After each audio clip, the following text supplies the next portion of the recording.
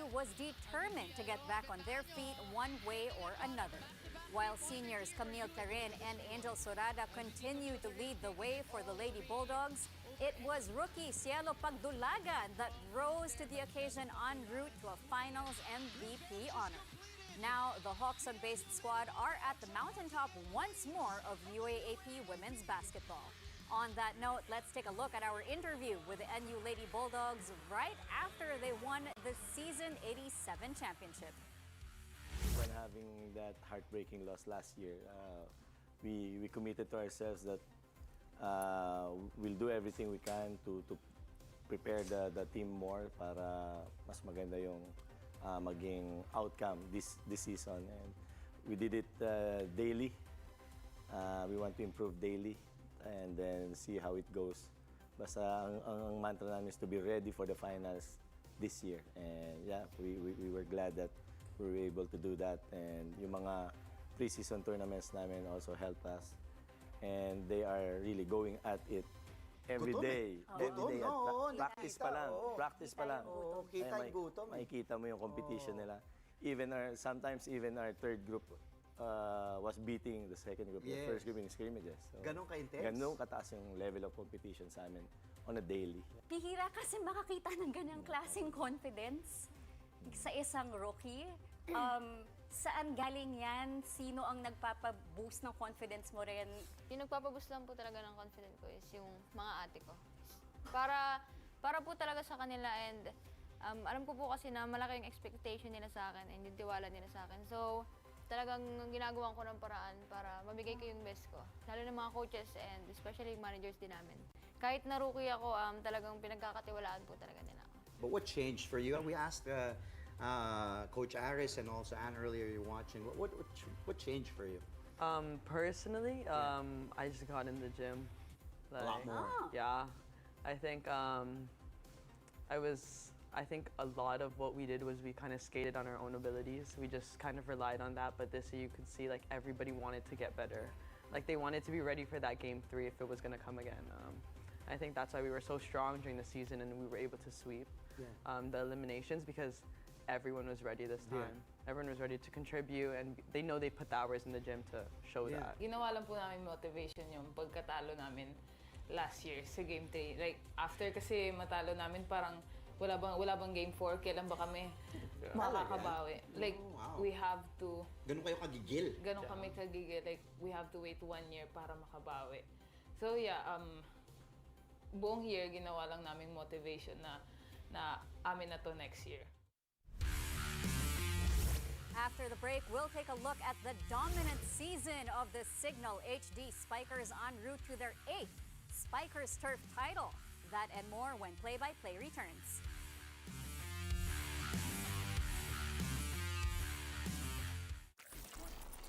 Stressed? Sit back. Relax. Gusto mo, ako favorite ko to. Ako When in doubt, yan. lugaw ito ako at baboy. For soft servings of the news. Tahan Sexy natin. pa rin. Sexy pa din ang usapan on various social media accounts. UK's sexiest men alive. And generous amounts of this thing they call good vibes. Kapatid ko dapat magpadala siya yung water basis siya dati. Ano nga ulit? Ano nga? Johnny Water. Johnny Water. I'm Denise. And I'm Gord. Have a delightful afternoon. Afternoon Delight, 2 p.m. Mondays to Fridays on One News. All sides, all the time. Na-amaze kami kay Bossing. Nabilib talaga ako kila Daddy and sa lahat ng main cast. Bagong-bago yung storya. Pinag-isipan po talaga. Pang-international. In your remaining days as ruler, what more do you wish to gain? Dana ka dugo sa inyong tahanan. May pitik ng movie para sa ating mga Pilipino. Everyone, please watch The Kingdom.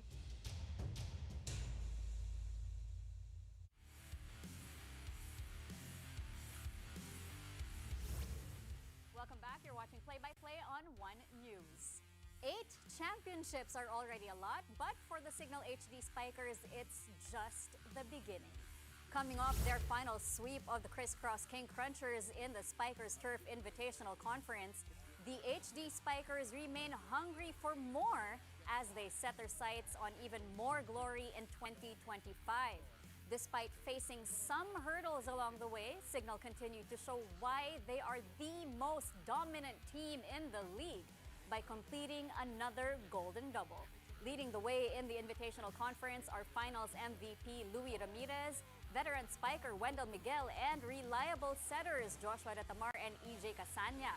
With the possible return of superstar Brian Bagunas next year, the HD Spikers are determined to defend their titles and continue setting the gold standard in Philippine men's volleyball.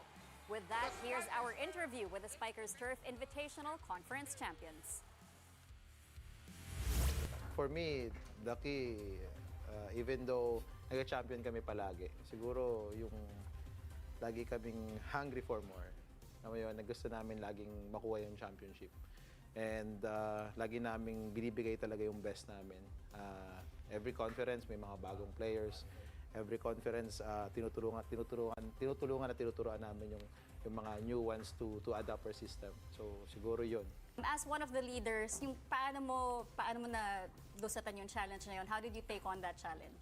Actually, nung semis time pa po na medyo may pressure na ako nararamdaman. Pero I accept din the challenge kasi parang for me, being leader, kailangan mag-step up pag kailangan na. And sinabi ko sa sarili ko din na siguro ito na yung time to step up as a kuya nila.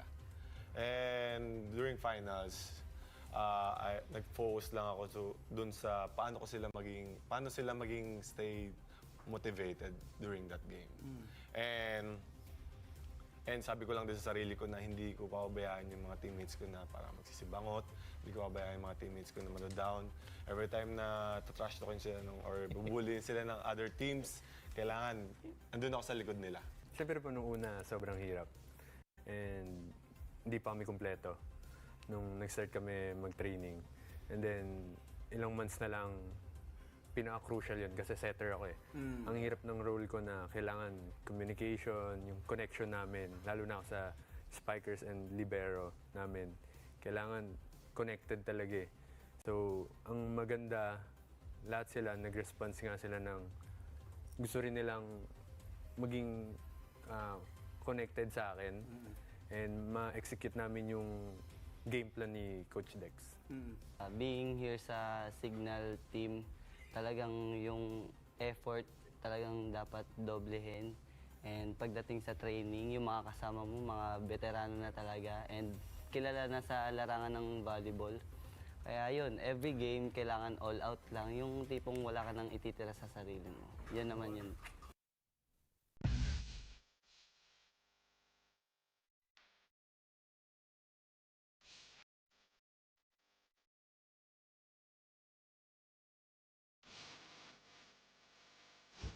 Now, in honor of the people we heard from here on Play by Play, I think it's just right that we give you some of their best highlights of this year. It's a great idea. Let's start off in the FIBA Asia Cup qualifiers. Here's Carl Tamayo crashing the boards, muscling his way. Take a look at this, getting and then bulldozing to the basket, getting that one up and in. Take a look at the hustle again of the young Gilas Cager. Tamayo finishing with 16.6 boards in just 17 minutes of action. Gilas beats Hong Kong 93-54 to stay undefeated in the FIBA Asia Cup qualifiers after the sweep. Second window, Philippines is off to the FIBA Asia Cup happening next year in Saudi Arabia. The PBA now, this time from the most recent finals MVP, Jason Castro. Look at the blur. Still hasn't lost a step over the taller Japet Aguilar, driving to the hole. May kasama pang foul, as Magumar John would say. Let's take a look at that again. Castro down the lane. Bumps, feels the contact. So smart, using his body. Just flicks it up and then somehow getting that one to go. Castro, of course, the oldest finals MVP in PBA history, as the Propangiga takedown Barangay Ginebra in 6 games to retain the Governor's Cup. Getting. Now, from one solid point guard to another, and of course, we're talking about the young gun, JD Cagulangan. What a year, what a way to finish his UAAP career in UP. Gets the ball from QMB, nice pass, QMB, And then to my, all the way to the whole dipsy-do and using the left hand too. JD had 13 points in that game, which UP eventually won. By the way, 73-65. Kagulangan would, of course, later on win the finals MVP honors, and UP takes back the crown after 3 grueling games.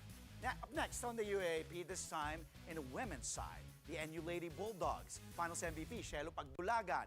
Ahead of the defense, absorbs contact, bump, boom! Gets it one up and in. Tough finish from Shelo there. 10 off her, important 10 off her total points in the third period, where NU basically just broke away from USC here. And Pagdulagan finished with a game-high 21 points as well as 9 rebounds, 3 assists, and 3 steals. The Lady Bulldogs went on to win as well Game 3 and secure their 8th title in 9 seasons and complete that revenge on USC after losing last season. And lastly, this time, Philip Bagalay serve was received here by best libero Vince Lorenzo. Take a look at that. Woo! Smart down the line hit by Wendell Miguel, thanks to Silang as well for that great setup job by Christian Silang to set up Wendell Miguel, and he knows what to do. Just does the rest. Put it away. Boom. Whew. Miguel delivered that set to win for Signal as they went on to sweep crisscross for the Spikers Turf Invitational Conference title. A lot of great plays from the guests we've had so far on the show, but of course I have to ask you your favorite. Okay, can I pick 2?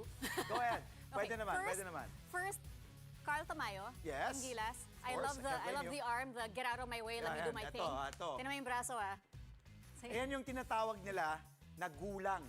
Na bata pa lang may alam na ng konting gulang. Hindi ko alam kung tinurian nila Ranidel de Ocampo, nila Mark Pingris. Just let me do my thing. May gulang. Oh, galing mo bata. And then what's the other one? Shelo Pagdulangan, the fearless rookie. I mean, that play was also at the end Yan, game. ito. That was, third Kapulot, quarter, yes. yeah. Surada, ahead to Pagdulagan, Come and on. then bump. Rookie.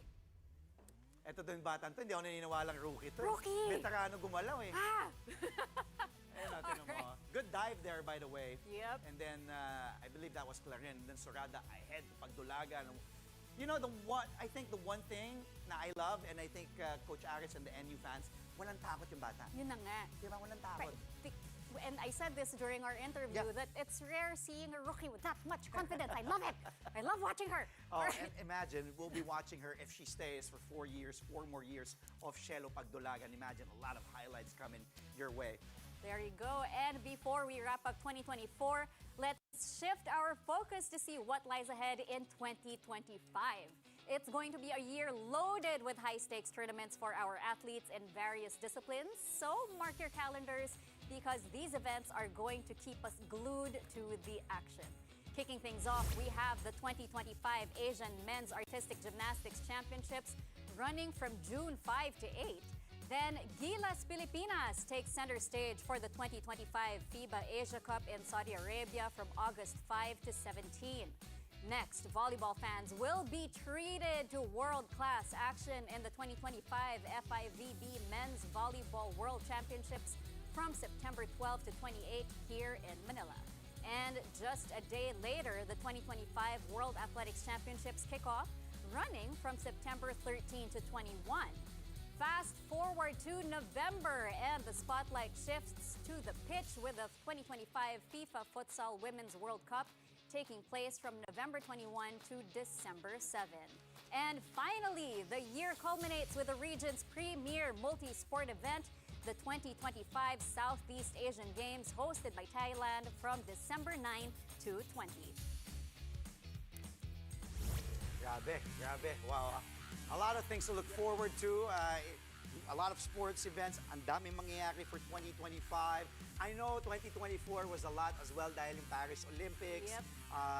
Yung mga nangyari sa FIBA Asia, yung Olympic qualifiers, then yung Asia Cup qualifiers. Alam ko ang dami nangyayari, but it's just every year. That's the best thing about being a sports fan. Yes. Because it just keeps on, sports is the thing that keeps on giving. Yep. Diba? And it was a great year for Filipino sports fans in Yes, oo particular. naman. Imagine, nung Tokyo Olympics, naka 1 gold, Heidelin Diaz. Etong Paris Olympics, 2 golds. Malay mo, pagdating, alam mo matagal pa, pero baka 3 golds sa 2028. Malalaman natin yan in how many more years. But that's all from us tonight and this year of 2024. I know we just started a few months ago, but please do still catch us again daily, 9 p.m. for a play-by-play of the day's top sports stories. Play-by-play is on One News, that's Signal TV, Channel 8 on SD, and Channel 250 on HD. We are also available on Signal Play and Pilipinas Live. Rest assured, you can catch us in 2025 and more athletes coming here on the show. I'm Andre Felix. And I'm Cheska Liton Calao. Thank you for watching, everyone. Happy New Year! Woo!